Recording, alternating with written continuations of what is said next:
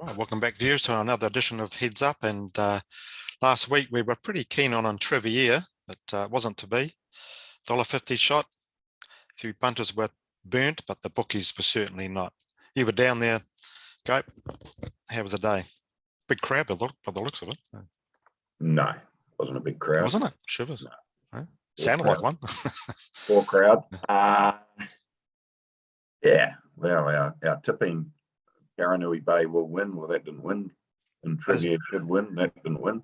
But I think everyone was happy Levante won. She's been a bridesmaid a few times. I think she's finished second and maybe a third and a fifth in a Group 1 from memory. So it was nice to see her get her day in the sun. And probably the biggest talking point out of the race, Neil, was the time. Something that you live and breathe, times and sectionals. And it's been claimed as a world record unofficially, but because it was hand timed, it can't be deemed a world record. Now, been a bit of chat around why was it hand timed. I can tell people it was hand timed because the new houses that have been built up the top of that chute does affect the direct line of the timing mechanism, the signal.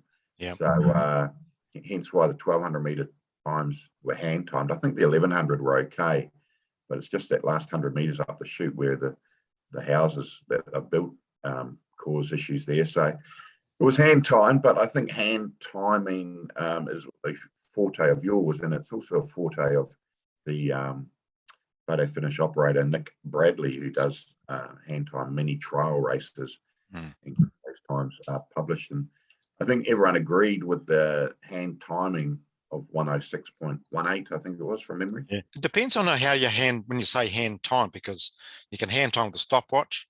I've done it before. I find it really hard to get it pretty close to the official time. I download the replay and do it frame by frame. So as soon as that gate starts to move, click it back to 00.00 and stop it right on the finish line. So like with Ellerslie times, I never disagree with Ellerslie times because they're always accurate. But the guy did the hand timing on, do you know if it was hand timing with a stopwatch or did he download the replay? Don't know. No, he wouldn't have time to download the replay to announce the time. So I think, yeah. There's a way you can do it without the replay, but yeah. What's up with the stopwatch is outstanding skills. It's really good. Yeah.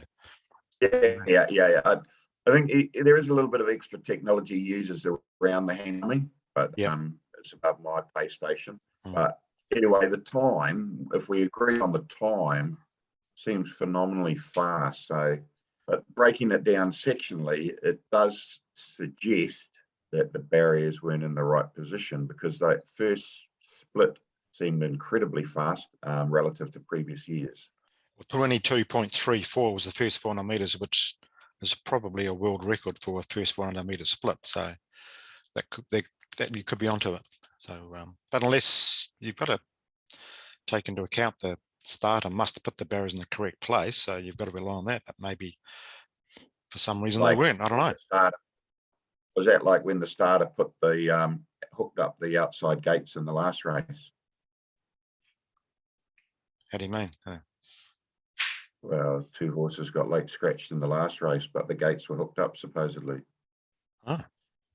Is that right? Those gates weren't hooked up either. Anyway, that's another story. Okay. Save that one. Yeah. No, one of those mysteries. Frustrating for all concerned. Yeah. So, it was interesting with the Levante too. Now she's just jumping so much better, isn't she? And seems to want to race more. She hit the front really early. I thought she's in trouble here, but no, she was just dug deep and wanted that win, didn't she? Good gutsy win. Yep, definitely landing in the right spot for her, basically in the 1-1 and trotting parlance. And remember this time last year, the problems at Te Rapa, she missed the jump by 6 or 8 lengths from memory. So, no, good for Ryan Elliott and obviously Ken and Bev Kelso to get the win. I'm sure Sam Collett was pleased too, watching from Australia. Of course, that she's had a lot to do with as well over the years. So that was good. And Taranui Bay at the 300, when he cruised up to them, you thought, well, this is easy money. But out of the corner of your eye, you could see Hazel Schofer just presenting Seamus one from the outside. And, gee, he put in a finishing burst like he's a very good horse and won with ease really in the Wellington Guineas earlier in the day. And he's a horse going places. Neil, have you got a bit of pocket money? Do you want to buy a share in Seamus? What sort of price? How much pocket money do you need? How many pockets? There's been 2 firm offers on Seamus. Gee. Well, doesn't really matter now because 1.5 million For a share? No, that was For the that full. was to buy. Can I say? Yeah. Gelding we're talking about, remember, turned Gee. down, and then 1 million for a half share turned down as well. So the horse will be staying in New Zealand under the Stanley brothers ownership. So Oh, very good. that's a positive, and good to see. Obviously, good friends of the show to have them have another good horse. It's been a few horses and haircuts since the days of Grout and Waheed and Woburn, but with Seamus doing the deed, I think. I don't know. I don't think he's a Derby horse for mine. I think he'll stick to the 1600 metres. Trainer Alan Sherrick will make that call, obviously, but Group 1 Levin Classic, I think, would be right up his alley. Yeah, well, time will tell because he's got a beautiful stride on him, relax as well. Well, seems to relax okay. So he's a perfect horse around in terms of temperament. Yeah. So he knows. Yeah. Oh, Alan Sherrick knows what he's doing, definitely. So that'll be interesting. Okay, no sports selection this week. So we'll save that for maybe next week. The NFL is kicking off. I guess if you're desperate for a sports selection, you could have a look at the NFL playoffs, and I'd be motoring up Green Bay and Buffalo. I think those 2 teams will win this weekend, and I think they could go on and win the following weekend and meet in the Super Bowl. So Green Bay and Buffalo are the outsiders actually in their game. So so something for the people that want to have an interest. That's Monday morning, those games. So plenty of time to get involved in those. But yeah, obviously the main focus this week has been on doing some form for the Karaka Million meeting at Ellerslie on Saturday. Only 6 races, but 6 interesting races. And I think we want to talk about maybe the 2 features, the 2-year-old and the 3-year-old $1 million races. Yeah, just bringing those up now. Ellerslie, yeah. Something interesting to me, I've had a look at Dynastic's run. It was a good run, but gee, he must have improved 3-4 lengths on that run to justify the 3:30 favoritism. But I thought Wolverine and Fellini are going to get probably the right runs, even though Wolverine's drawn wide. There's going to be a heap of pace there. I thought Fellini's gone out from 5 to 6, and Wolverine from 4:15 to 3:60 out to 3:80. So what are your feelings about Dynastic? I think Dynastic, the big thing with Dynastic to me is the addition of blinkers and a tongue tie. Oh yeah. So yeah, that has a part to play, and I think it was pretty well documented that he's a 3-year-old type. So the 1400 kind of a late 1400 meter 2-year-old race would be right up his alley. This might come too soon, and they might be too sharp for him. But obviously, you got to respect Opie Boston's judgment, and he chose this one to ride. Exactly, you have to, don't you? Yeah. So yeah, I don't think the price will drift too much on Dynastic for those factors. The Tiakio Opie Boston factor, obviously, Tiakio won the last 5. Opie's won 4 of those. So and he didn't ride in the other year. So I think Dynastic probably will start favourite because of that. But the draw, I think the bookies overreacted with the draw for Wolverine. I don't think that's a issue for her. And we all know Lee Thinnis is a big race rider, so she'll be hitting the line hard, you would have thought, and could easily win. So, yeah, I'll be looking forward to seeing what you've got on top, Neil. Well, I do like Fellini. I thought it's a really good win. He travelled quite well on a moderate sort of tempo when he won their last start, and really let down strongly and won with a bit in hand in good time compared to the 3-year-olds. Excuse me. And I just thought from that draw, heaps of pace there. He's going to get the right run, and $6 and $2 something each way has got to be a good chance. But it's always a great race, and comes down to the run, doesn't it? Really get the right run, a winning chance. Yeah, for sure. Right, the 3-year-old race, gee, it's another good race. Interesting fact here, you've got down the bottom here, you can see, you mentioned it before about the blinkers going on. You've got 1, 2, 3, 4, 5, 6 horses with blinkers going on in the big $1 million race. Just goes to show how crucial those can be in a big time or when a horse is being set for a race. So on the bubbles, $1.50 now, we see value. No, not value, but probably is it fit $1.50 now? Oh, gee. Yeah. Yeah. Hard to see what's going to beat them. You've got to remember it's an 18 horse field, so you got 17 tickets in the raffle if you're laying on the bubbles versus the 1 ticket. Yeah. And you're basically getting what's that, $3, and if you're laying it at $1.50, the equivalent of backing a $3 winner. Yeah. So best horse in the race, I think that's a fair comment. And obviously, again, Opie Boss and Jamie Richards. So you can't knock those two, that's for sure. So yeah, definitely deserved favourite. $1.50 is probably getting a little bit short. $1.60. I thought it was $1.60. Yeah. I think it's been $1.70. It was $1.60. Yeah. If you were doing selections, you'd say yes. I'd put on the bubbles on top. But sometimes you've got to look for value as well, don't you, Neil? Yeah. Masala there has got to be, if on that draw, is going to get the right run, which could prove crucial. The others are drawn wide, two to Kaka. Nice horse, obviously. It's miles too short. I think Lee said the track was too firm for it last start. One for a roughie, I like Achieve for a roughie, 41 and 750, but drawn 20. Anything you can see there at a bit of a price?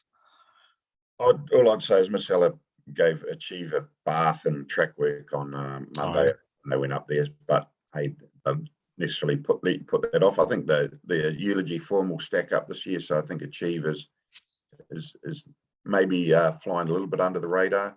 I think Carmen Line, if it was on its best behaviour, could be hard to beat. But again, it's going to need the right pace influences in the race to set it up for a back runner. So that puts a question mark there. Miss Ella will go forward from the 1 draw, and whether it tries to lead all the way over the mile or does take a sit, but will be very positively ridden from that gate. It's just, I guess, if on the bubbles, it'd be very rare to see Opie Bosson get caught 3 wide, no cover, or 3 wide, in a bad spot. He just doesn't do that in big races. So you see that getting 1 off, maybe 3 back, 4 back, the outside, and then he'll get into the clear coming around the bend, and there'll be a horse race that lasts 400 metres. Looking forward to it. Yeah, it will be, especially with Boys Get Paid Punters Club.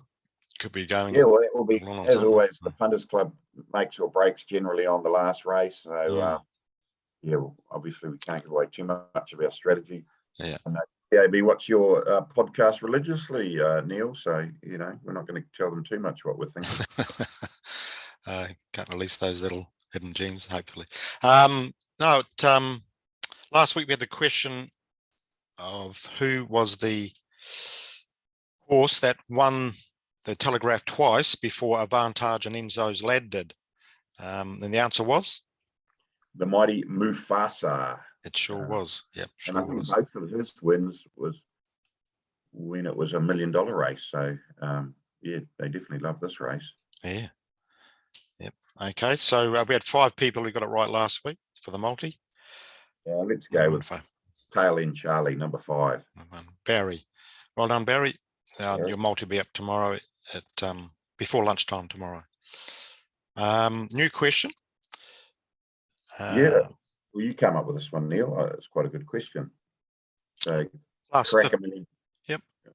Crack a Million 2-year-old race. It started in, what was it, 2006 or 7, I think, from memory.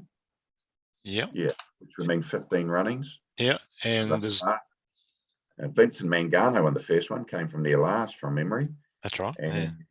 And so there's been 15 runnings. A few Aussie horses have won it. A few, a lot of Northern trained horses, but only 2 Central Districts trained horses.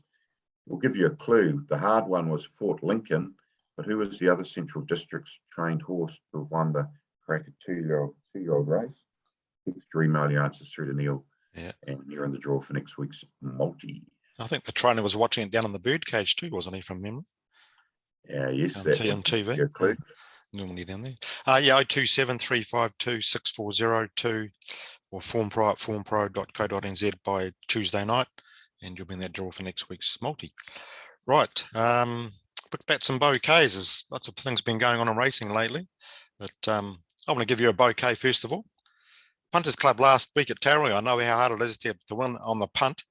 You started with a pool of about $2,000 and more than triple that. So off a really good bet, which was. Yeah, we quite liked one in the Stayers race. We watched it last start at Ellerslie and it run third last, and I thought, yeah, that was still quite a good run. Not very often you say that when a horse runs third last in about a 16 or might even been an 18 horse field from memory. But it's a horse I've always sort of thought goes okay, and yeah, it came out and changed a rider. And Kelsey Verdon would tell you she and the horse just don't click. So when it was back to Lindsay Satherley in the saddle after her suspension and Tauranga it wasn't midweek, it was still a feature race day, but I just thought, hey, the price was pretty good and she managed to win by a nose. So every now and then you get that bit of luck on your shoulder, Neil, and that set it up for a good $35 return. So keeps the people happy. If we could do that this Saturday and return 1.75 million, it'd be nice. It'd be nice, all right. Yeah, no, well done. I know how tough it is there, so well done. The interesting what you said about the rider sacking himself from fire, because he's a pig of a horse sometimes. You know, he can miss the start and pig route sometimes. So I guess it's good like, call. you know, some people like other people and don't like other people, and you know, horse and jockey, that combo, some click, some don't. And yeah. That's no knock on the jockey. It's just sometimes for whatever reason. That's right. Yeah, it's like some animals like some people and they don't like other people for whatever reason. You've done nothing wrong. Yeah.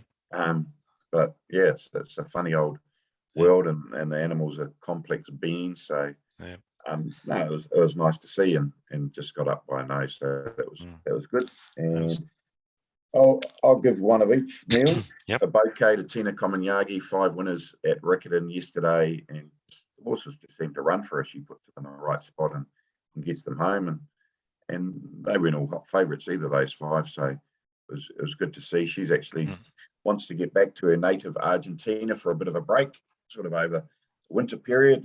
And, you know, she said, I need to ride lots of winners so I can afford to go home and that. So obviously she's keen to get home because she's saving those pennies from these winning riding fees she's having lately. So she's very, very professional and well spoken and well liked in the jockey ranks. So well done.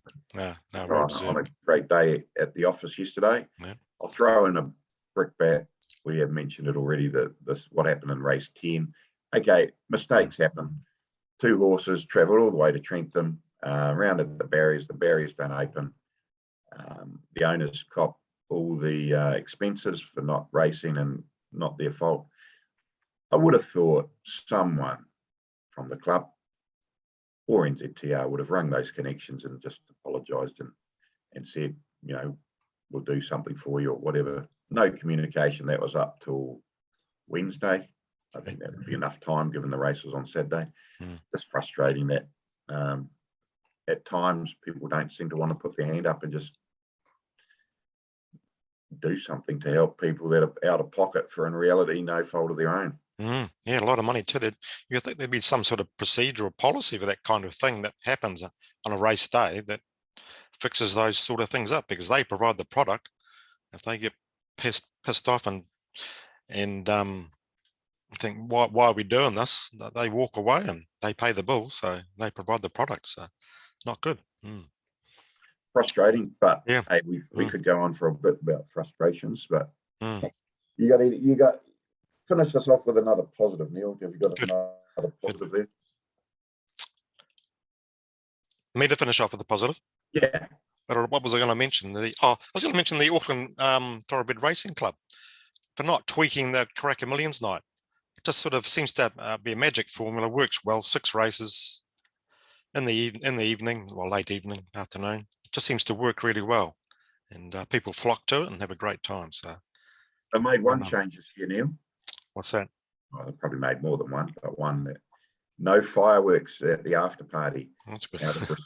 out of respect for, I guess, on Guy Fawkes night, a lot Yeah. of the horse community are very anti fireworks because it obviously does frighten the animal. So Yeah. I think out of respect to be supporting that stance, it wouldn't Fair be enough. necessarily a good look to have fireworks on that night. So yeah, I guess while it might detract fractionally, I think people understand the logic and probably, again, I think all horse lovers probably do.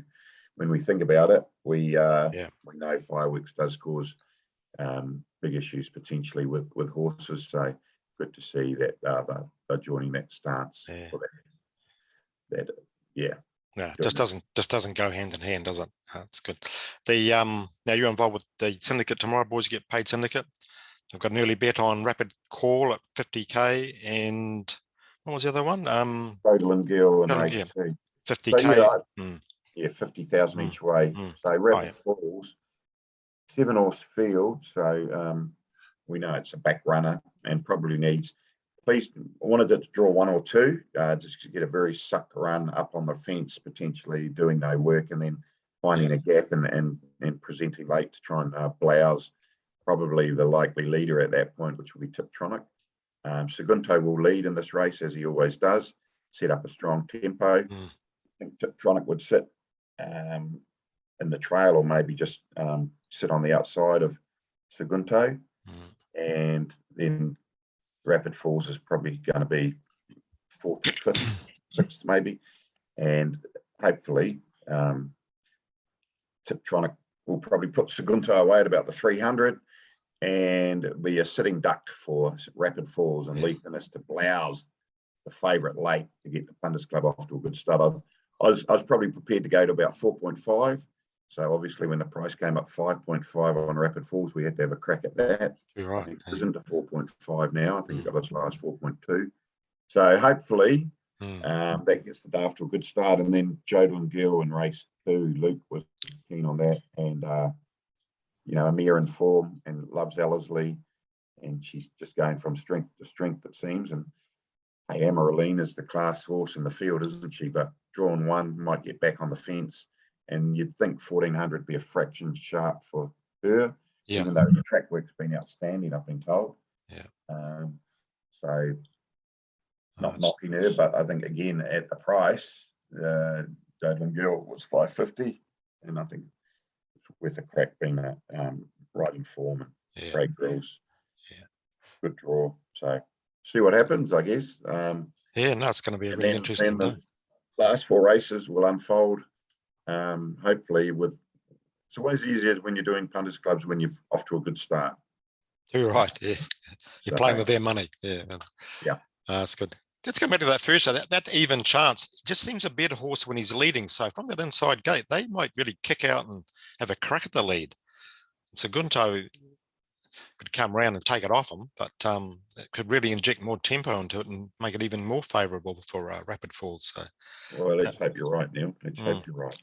Interesting first 200 metres of that race. Okay, no, good racing. Nice afternoon, late afternoon of racing. Top horses, big stake money, of course, and everyone's out to make their fortune. Anything you want to mention before we sign off? No, not really. It's a bit like Christmas Eve, to be fair, Neil. It is. one day to go.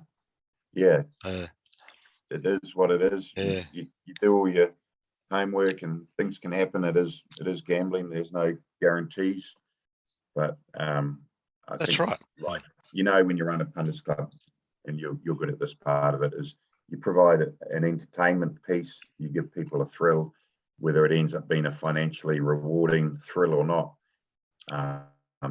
Often is out of your control, but I think most people understand that, and probably end up with over maybe 5,000 or 6,000 individual people in the Punters Club. So it's a pretty big spread of people, and get random people coming up to me at Riccarton yesterday saying, "Oh, we're in your Punters Club." And I'm like, okay, thanks very much. And these are 65-year-old ladies, Neil. These are not your typical what you would think would be part of a Boys Get Paid Punters Club. So the reach of this particular punters club seems to be huge, and obviously Luke's done a fair bit of promotion of it via the social media channels, and the TAB have been good in promoting it as well. So the bets will all be displayed on trackside in plenty of time. So yeah, it's one of those days, Neil, like, you know, when you have a bad day on the punt, you kind of don't want anyone to know, and you just, you know, sulk in your own misery. But no hiding tomorrow. Everyone will know whether we're going well or bad. So